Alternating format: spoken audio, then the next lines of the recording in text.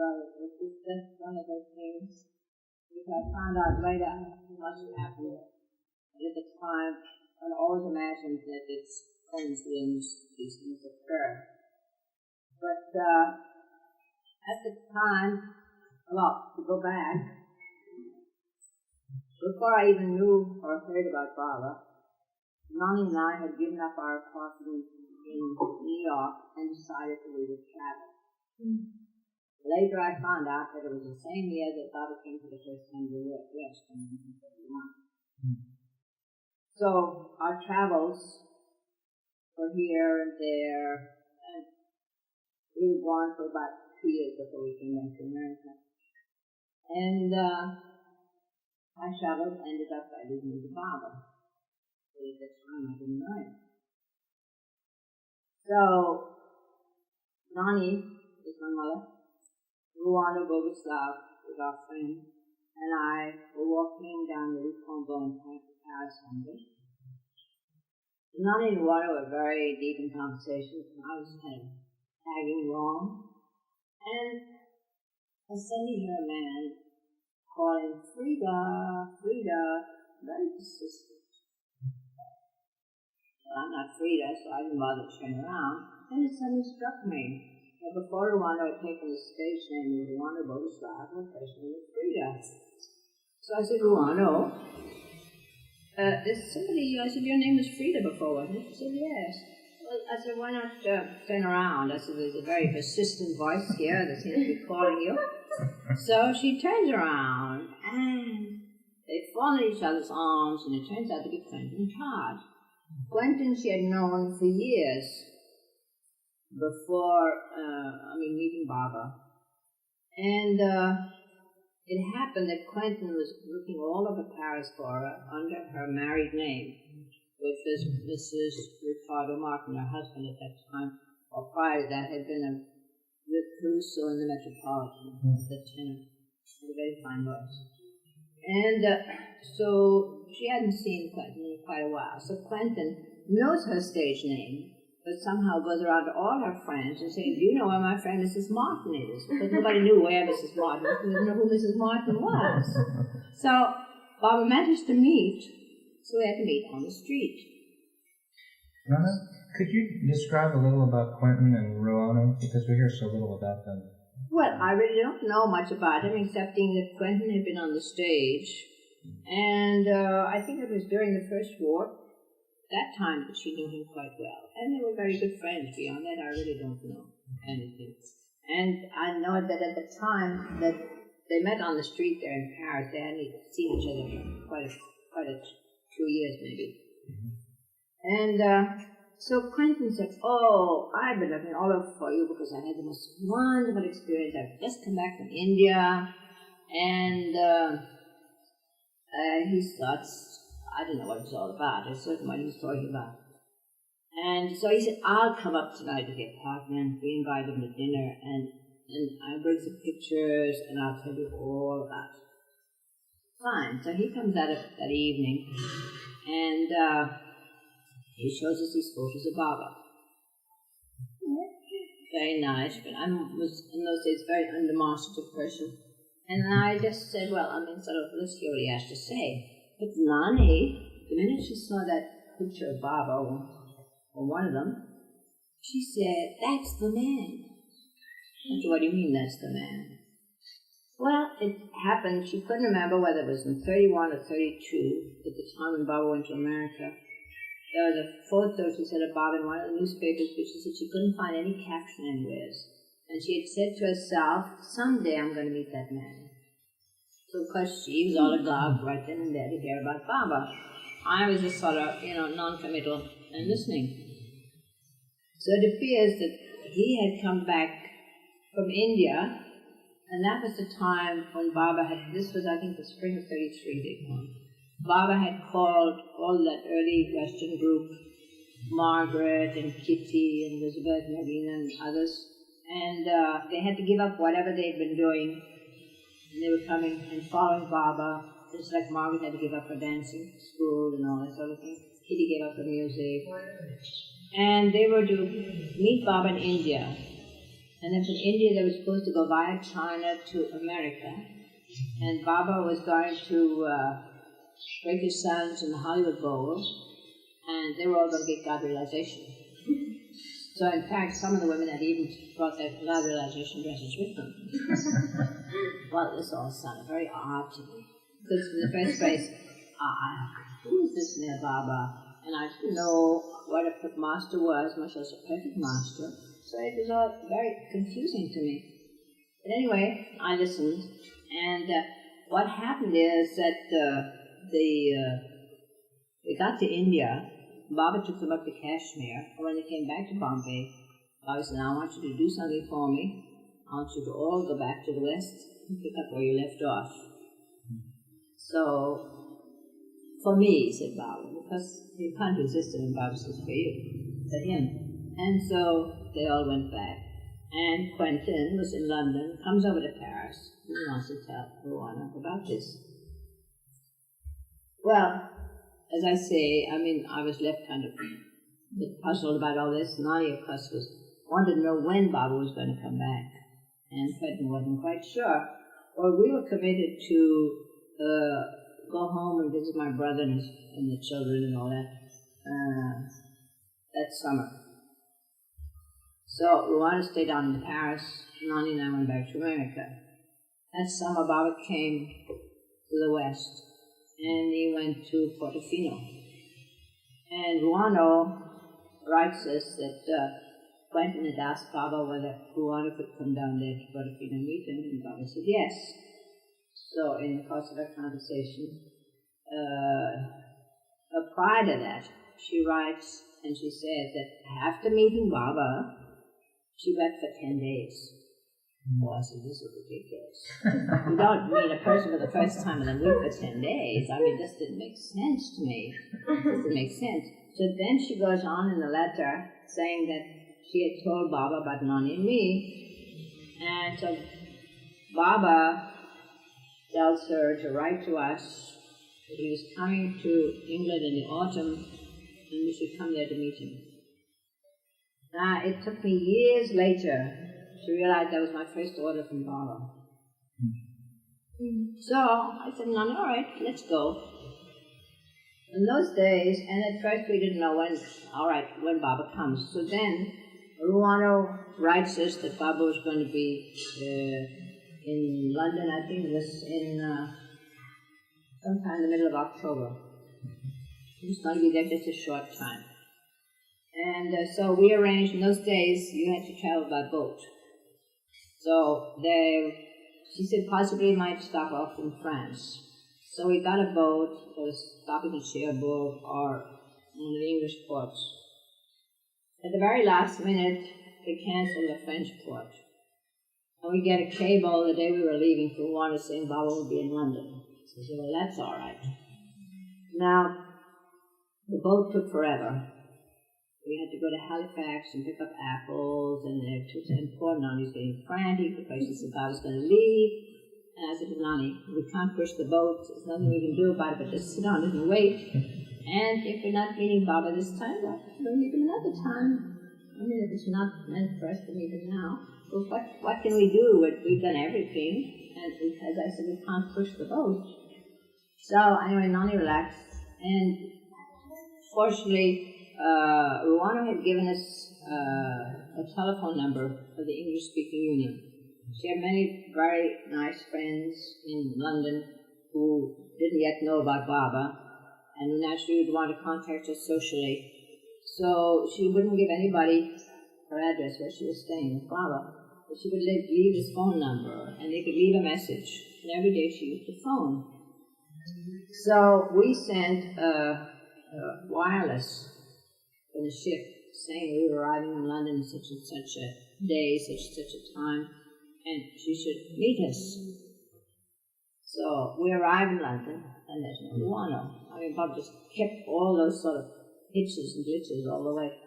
And so Nonny sort of was on edge about that. I said, look, we can't go running around London looking for Rwanda because we don't know where she is, but we have got a telephone number. So let's go to a hotel, and from there we'll phone and see what happens. So I phoned the English-speaking union, and immediately they gave me Rano's phone number. And so I phoned, and who answered the phone? That Hygeia House, where she was saying. But Rano, she's so startled to hear my voice. She said, "But where are you? In Paris?" I said, "No, we're in London, and you didn't come to meet us. We sent you a wireless." She said, "I never got it." And she said, what happened is that that same morning, when she called up to see whether there was any message from us, the operator told her that there had been this phone message from a phone call from Paris. She thinks that we hadn't gotten her cable, that instead we were going to Paris instead of going to London to meet Baba. And so she said, if they phone, immediately give that my phone number. So the operator never asks anything. When I phoned and I asked Mana Boguslav's number, automatically she gave it to me. So I was able to get Rano. And as I say, coincidence happened that Rano answers the phone. So I said, "Is Baba still here?" "Yes." "Oh, well, that was something." So then, when can we see Baba? So she went off and she came in. We could see Baba that afternoon about 4 o'clock. Then I started getting butterflies. Everything was going very smoothly up to now, but now I'm going to meet Baba. He's a perfect master. What is a perfect master? He doesn't speak. So how do you talk to somebody who doesn't speak? What do you say? Oh dear, this is terrible. I was having a fit. But outwardly, I look very calm and composed. So we arrived in time at Hygeia House. It's a funny little hotel in London. And all the different people came to give us Rano Boguslav's friends, the ones over, especially Narina.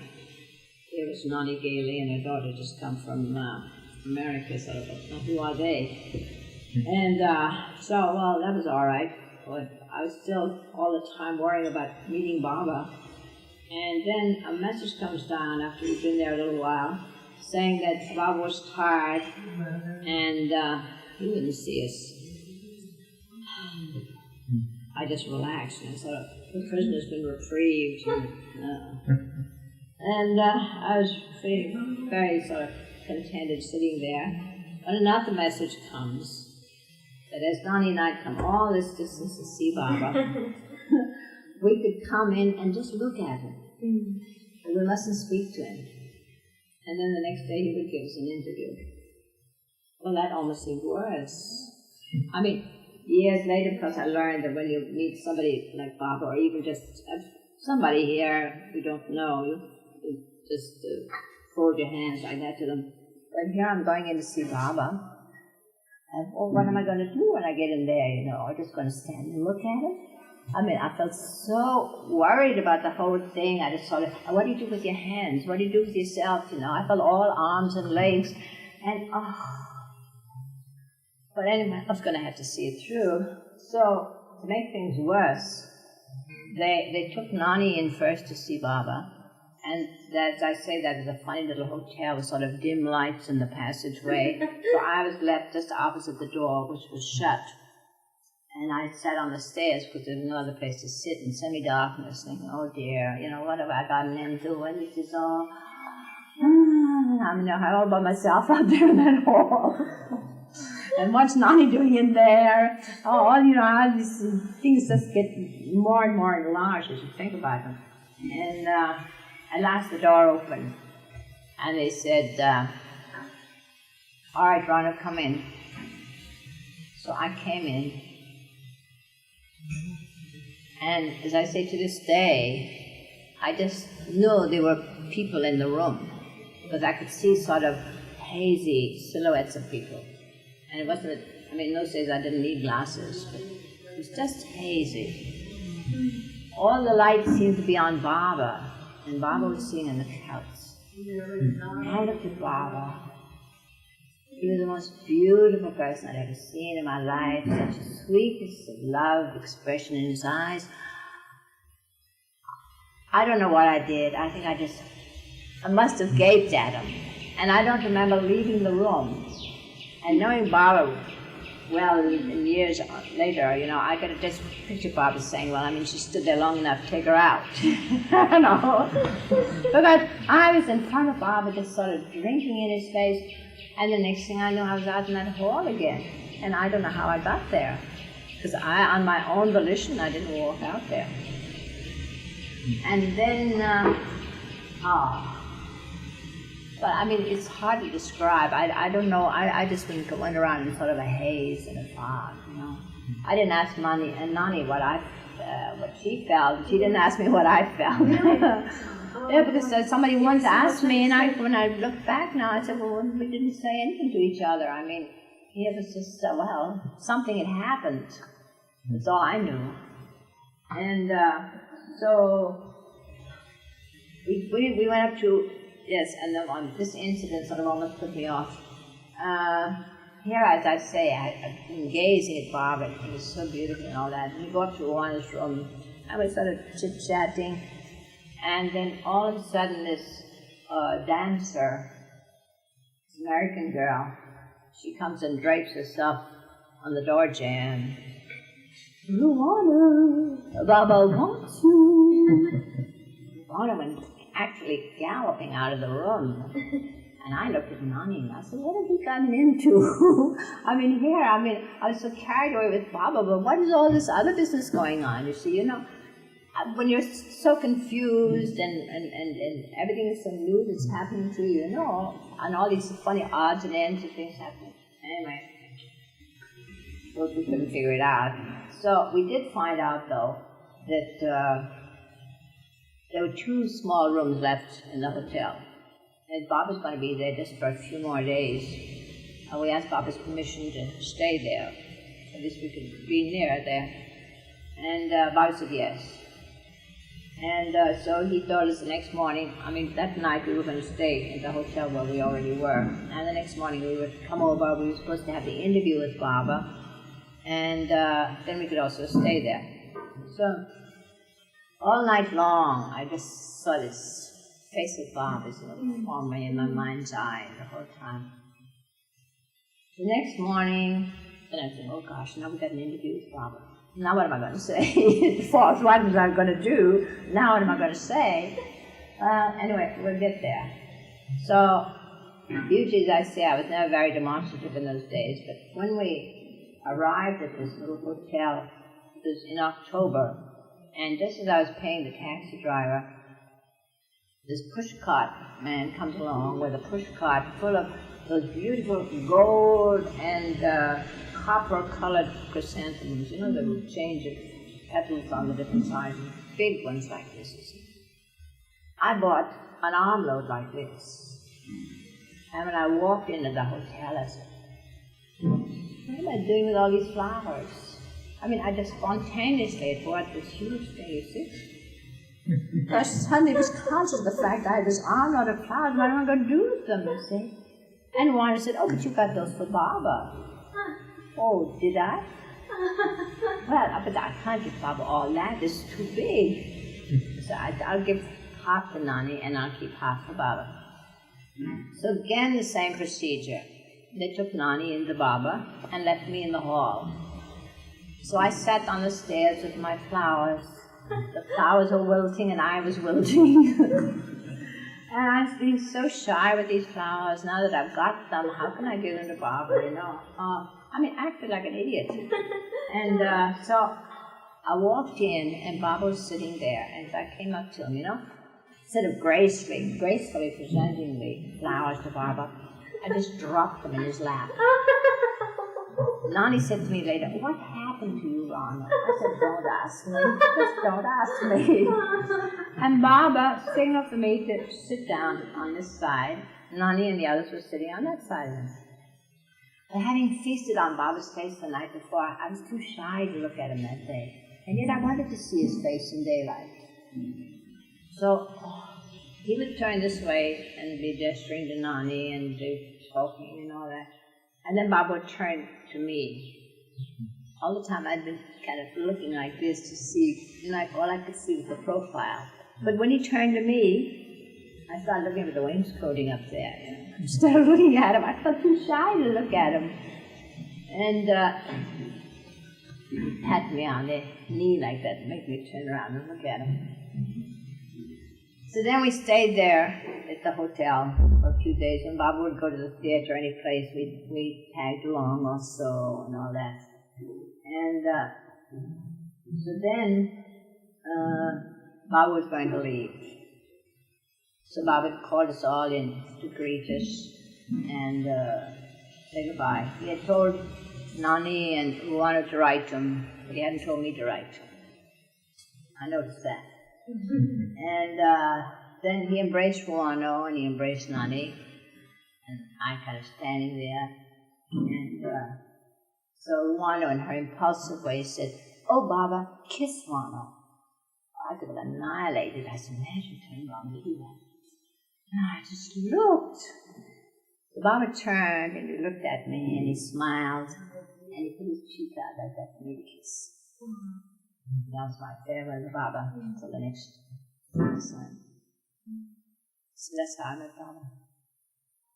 Then what happened? When was the next time? Well, then what happened is that, oh yes, at the time when we had the interview with Baba, Baba made his promise that we would come for his birthday that year. That would have been 1934. Because we met him in October 33. Made his promise, put our hand in his, both Nonny, myself, and Rano, that we would come for his birthday. So we thought, well, Paris is very cold in winter, and we're going to have to go down to the Mediterranean to pick up a boat that's going through the Suez to get out to India. So, and also it would be more reasonable than living in Paris. We went to Morocco. And that was beautiful. I love Morocco. And we traveled around and we settled down at Fez for a few months. And about 2 days before we were to pick up the boat at, what's the name of that place opposite Gibraltar? I forget the name of it. Anyway, it doesn't matter. We were supposed to go there from Fez to pick up the boat. About 2 days before we were to go, we were just getting ready, thinking about it. We got a cable from Baba. Stay where you are or go to Paris, but don't come here. So that was our first setback. Oh, boy. And, You must have felt awful. well, it was a bit startling. I didn't feel as much then as I would have later on after I was, holy Babas. At that time I was just still a bit stepping on stage, And so anyway, we stayed then in Morocco until spring. And then in spring, we went back and stayed in the apartment together in Paris. And after we'd been there some weeks, we got a cable from Baba that he was coming and that one of the three of us should meet him in Marseille. And he was on his way to England. And then from England, then he was going to Zurich to stay at Katie Matthew's place. So we figured that the best person to go would be Rano. Even though I knew French fluently at that time, still we wanted to live longer in Paris, and she knew her way around more and all that stuff. We said, you go and meet Baba. So the morning that she was to go down to get her ticket, Nonny had given me a check to get cashed at the bank. When I got the check cashed, it started burning a hole in my pocket. And when we got to the place to buy Rano's train ticket, I said, get 2 tickets. But Rano, Baba said, only one of us. Oh, I said, I'm not going because of Baba. I said, you need somebody to go with you, keep you company. And I said, this money's burning a hole in my pocket. And so whatever you say, I'm going. So you just get the 2 tickets. But I said, it's Nonny's money, so I better phone her and tell her what I'm doing with it. So I phoned her, and of course Nonny remonstrated together. And but Baba said, I said, well, Baba said, but I'm going. And we had a nice trip down to Marseille. We found out when the boat was coming in, and the next morning we went down in the hotel bus to pick up Baba and the Mandli and their luggage and everything. And I started thinking, oh dear, now I'm in the wrong place. And maybe Baba's going to say something. Anyway, I'll just have to chance it. I'm here. So I said, we got down to the deck, to the dock, and we saw Chanchi on the deck, and he beckoned to us to come on board. I said, why don't you go first? So she went in, and she went down to Baba's cabin, and then she embraced Baba, and then Baba looked at me, and I went and embraced him, and I murmured in his ear, I'm not supposed to be here. I seemed to have not heard it, and everything went off very nicely instantly. I didn't get any scolding for it. See, in those early days, Baba sometimes gave us, poetic license. And later on, I wouldn't have dared do it. And the obedience was the order of the day. But Baba was, at that time, drawing me to him. So he condoned it. So that, but it had a nice ending. So that day we spent with Baba in Marseille. We got tickets for the night train, and of course we were traveling third class, nice hard benches. And while we were in the station, Kaka had gone in the next compartment to keep the compartment for Rano and me. And then when the train started, Baba said, "Now you go to your compartment," and he and the Mandri were in the other one. So we lay down, and I used my coat for a pillow. And I tossed on the hard bench, and I tossed on the hard bench, and I told Rana seemed to be a bit restless too. We both sat up, and Rana said, "Oh, I'm feeling so hungry." "I'm hungry too." And I said, "I know where the food is." She said, "Where?" I said, "In Baba's compartment." "Rana, you're not going in there." But I said, "I know where it is. It's right on the shelf, and I won't disturb anybody." She was horrified, but anyway, I said, "Well, you're hungry, and I'm hungry, so let's at least try to get the food." So, can you imagine? Or the fools tread where angels feet to tread. So I came to, and the train was rattling and making so much noise and wiggly-waggling this way, that way, and I had to be very careful because Baba was stretched out on one side and with his shawl over his head. And on the other side, a couple of Mandis were sitting. I think one was sitting on the floor. And I had to be very careful I didn't touch anybody that might be startled or something. But I got there, and the food was on the rack just above Baba's feet. Oh my God. So I was reaching like this for the box. And Baba sits up with his shawl. "What are you doing here?" "I couldn't have disturbed you." I said, "All this rattling and noise, and I haven't touched anything or anybody. But what are you doing here?" said Baba. I said, "We're hungry and the food's up there."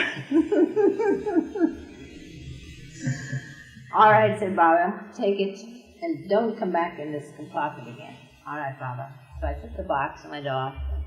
Rano and I enjoyed what was left in the box. And then we stretched ourselves out. We were just going to rest when Kaka appeared in the door, and he had two little black velvet pillows like that. And he said, "Baba sent these to you, one for Rano and one for you. You're to rest well, keep your pillow with you always." I still got my pillow. And then we reached Paris, safe and sound, and I never heard anything about my having gone there.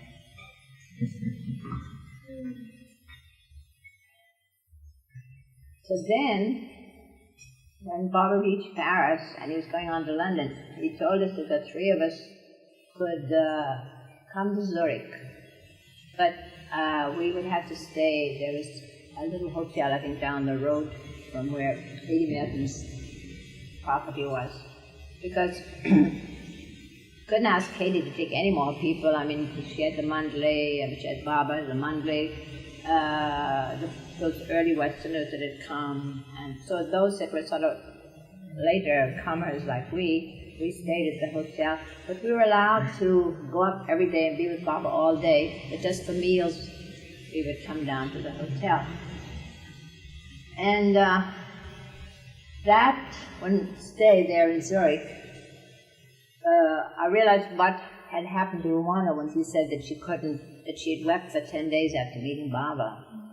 Because Baba was just, I don't know, taking me through hoops that whole 10 days that I was there in Zurich. I couldn't sleep for 10 days. I would wait for everybody in Rano, Nonny and all to go to sleep. And then our little hotel was just across the road from where the lake was, and it was moonlight. And I'd sit up there in the window and look out and say, oh heavens, what's happening to me? I thought I was being turned inside out, upside down. And there's nothing I could do about it. And I'd try to go back to sleep. I couldn't sleep. Again, I would sit up. I said, well, now I know what Rano means. So she said she wept for 10 days. She wept for 10 days. I can't sleep. But I had a beautiful experience there because when sometimes we would sit with Baba there and he would talk with us, and sometimes we would go for walks with Baba. And at that time, Feldmeilen, which is outside of Zurich, but still in its early stages, there were very few houses around. And there were all these hills behind where Heidi's property was, because her husband was a landscape architect. They had all these terraces and a lovely big fieldstone house, you know. So we used to go walking with Baba in the hills. So one day when we were walking, I suddenly felt I've got to catch up with Baba. I've just got to catch up with him. And Baba, of course, was in his beautiful stride, was walking ahead of all of us. Some were dawdling, some were walking a little fast, but nobody was near Baba. And must catch up with Baba. So I started putting on speed, past the people one by one, getting nearer and nearer to Baba. Still he seemed so far off. At last, I was very near, and Baba obviously heard me, because he looked to see who was there. And when he saw it was me, he put his hand out like that. And I took his hand. After that, I just floated up the hill with him. I felt as if I wasn't even touching the ground. It was just everything, everybody was forgotten behind. It was just following me going up the hill together. Something I've never forgotten. So then to finish off, we were allowed to go down to Marseille to see Baba off, a few of us. And we saw Baba off. Excuse me, was that trip in Zurich the same one in which Baba had the meeting with the masters on the mountain? Were you there? Well, I was there, but I don't know on it from hearsay that Baba was alone there on the hillside. And Max Hafliger now shows a spot where he thinks, from Heidi Merton's description, must be, because it was a space where he could look out on the valley and the mountains across. And where this mountain was, I mean, it was all woods. And Max said he looked all over and there was no open space, or at least even a small area where anybody could have been, except in this particular part. They call it fallen fruit. And Heidi described it to him up as far as she knew, because she could only go so far. She drove Baba up to a certain point, and then from there they all got down to the car, and then they had to go through these woods till they got to the other side, to the edge of the mountain. And then I understand that Baba picked at this particular spot, and then there was Quentin and Kaka and Brother Otto Mertens, what's his name? No, what was his name? No. Heidi's husband? Yeah, what was his name? I've forgotten now. I'm not sure what he said. There were four of them that were put sort of, on guard at equidistant spots from Baba. In case any interruption came or anybody happened to come that side or something, we could stop them. And I believe it rained while they were there. And the only place that didn't get wet was the spot where Baba was sitting. And that's what I've heard. And so when I was in Italy, in Switzerland, in 1970, Max and Gisela took me there to see the spot. But otherwise, it nobody talked about it particularly, so it's all just sort of from hearsay, I guess. So you went to Marseille? So I went to Marseille and we saw Baba off, and then we came back, and then that same autumn, we got a cable from Baba telling him that we should cross the Atlantic with him. And Luana should give up her apartment, and the three of us should, or rent the apartment, I forget which, and the three of us should accompany him. He was going to London, and then from Southampton he would pick up the boat. The boat was going to Cherbourg, he would pick us up. And this was December of 34. And I'd never been in the Atlantic at that time of year. The boat was just going this way and up and down. And I had to go up on the closed deck every day and play table tennis with Baba. And Nonny was not a good sailor. I mean, Baba kept her perfectly well the whole period. And if I wanted like Baba, the rougher it was, the better she liked it. And I'm a very good sailor, so I managed. But poor Adi Senior, he can't stand anything like that.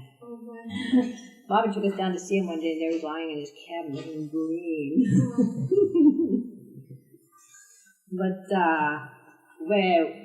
we were quite delighted because we had Baba all to ourselves for, I think, about 10 days because the boat was late. And Nonny had to go up to every day and send some wireless message. In the meantime, Narlina and Elizabeth were arranging these two receptions for Baba. And because the boat was so late, the two receptions had to be put into one. Then all the people had to be again notified that we're going to the second reception. All the praise, I forget it. And so, of course, we were very happy because we had Baba all to ourselves on that whole trip. And that's the time when I said to Baba that now I know why certain things in my life didn't turn out the way I wanted them to.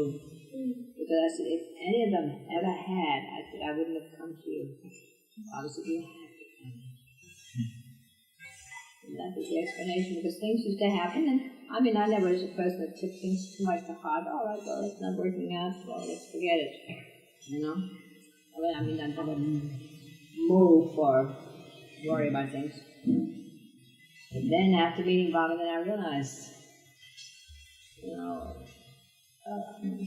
my life would have gone in a certain pattern, a certain way, and I wouldn't probably have taken the trouble of going to meet Baba. I don't know. If I had to meet him, I probably would have, but then Baba wanted it this way.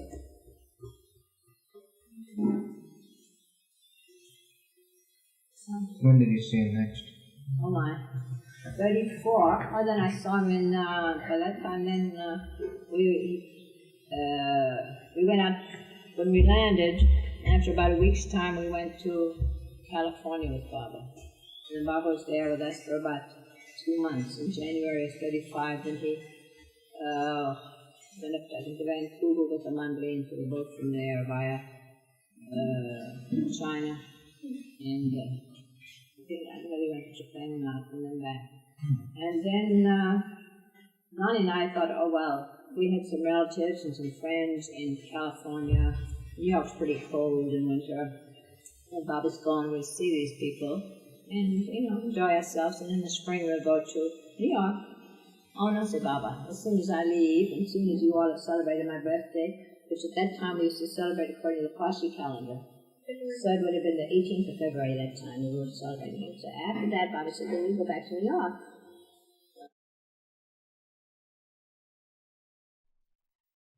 Where were we? No, I used to write to Baba.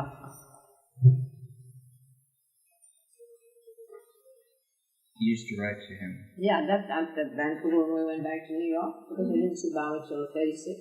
That's right, you started corresponding with him. Yeah.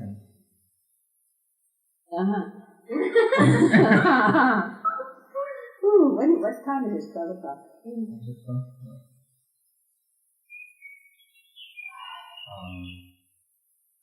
Well, maybe very quickly. Summer. Is that down? No, it's fine. It's fine. Okay, so you took the boat to... Yes, and we were told to come to India, and so we left in... first we went to America, to London from America, to see Baba, and he told us what date we should arrive in Bombay, and then we stayed in Paris until that time, and then Marina and Elizabeth and myself and Nonny traveled together on the ship. And then each time when we arrived at the port, I kept looking all the time to see whether the cable was there or not, and there was no cable, so we figured that Bob really managed to come. And then when we arrived, we stayed first at a government rest house till the ashram was ready. Then the day before Christmas, all the English people came. And then Baba made his promise to stay 5 years. And after a few months, Baba started sending people away. And then Nonny and I and Elizabeth and Marina stayed and traveled with the women to Ken. And then we were just where we were, you know? Well, prior to that, before we started on the ship, one of the first orders Baba gave me was that he would be arriving a certain morning in Bombay, so we had to leave Nasik ahead of time, the four of us, and be there a day or two before. And Baba was arriving this particular morning with the women. And then from there we were going to the docks and then taking the ship. So Baba told me now, you be very careful when you come to see that there's no men in sight. No men in sight. You weren't supposed to see anything. I could see, I had to see that there were no men in sight, so the mayor and all the women arrived.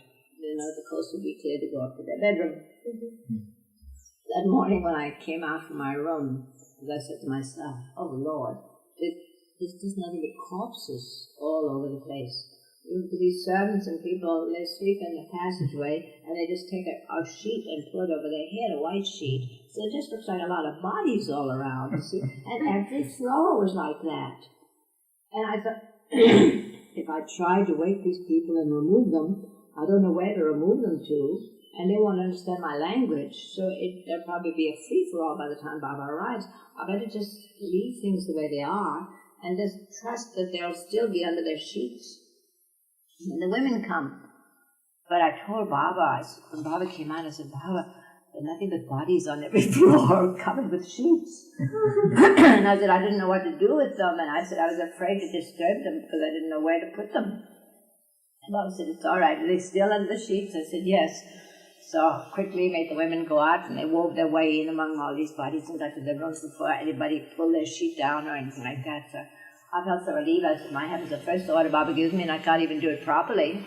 But what are you going to do with all these? It was fantastic how many there were, every floor. So then, as I say, we had the rough journey on the ship going through the Bay of Bengal.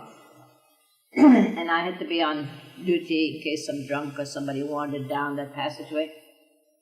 So I said to the stewardess, you have to take care of the passengers, and you have to bring them their breakfast, see to their rooms and everything like that. And I said, there must be times when you feel a bit queasy too. What do? I'd get a good tablespoonful of Worcester sauce.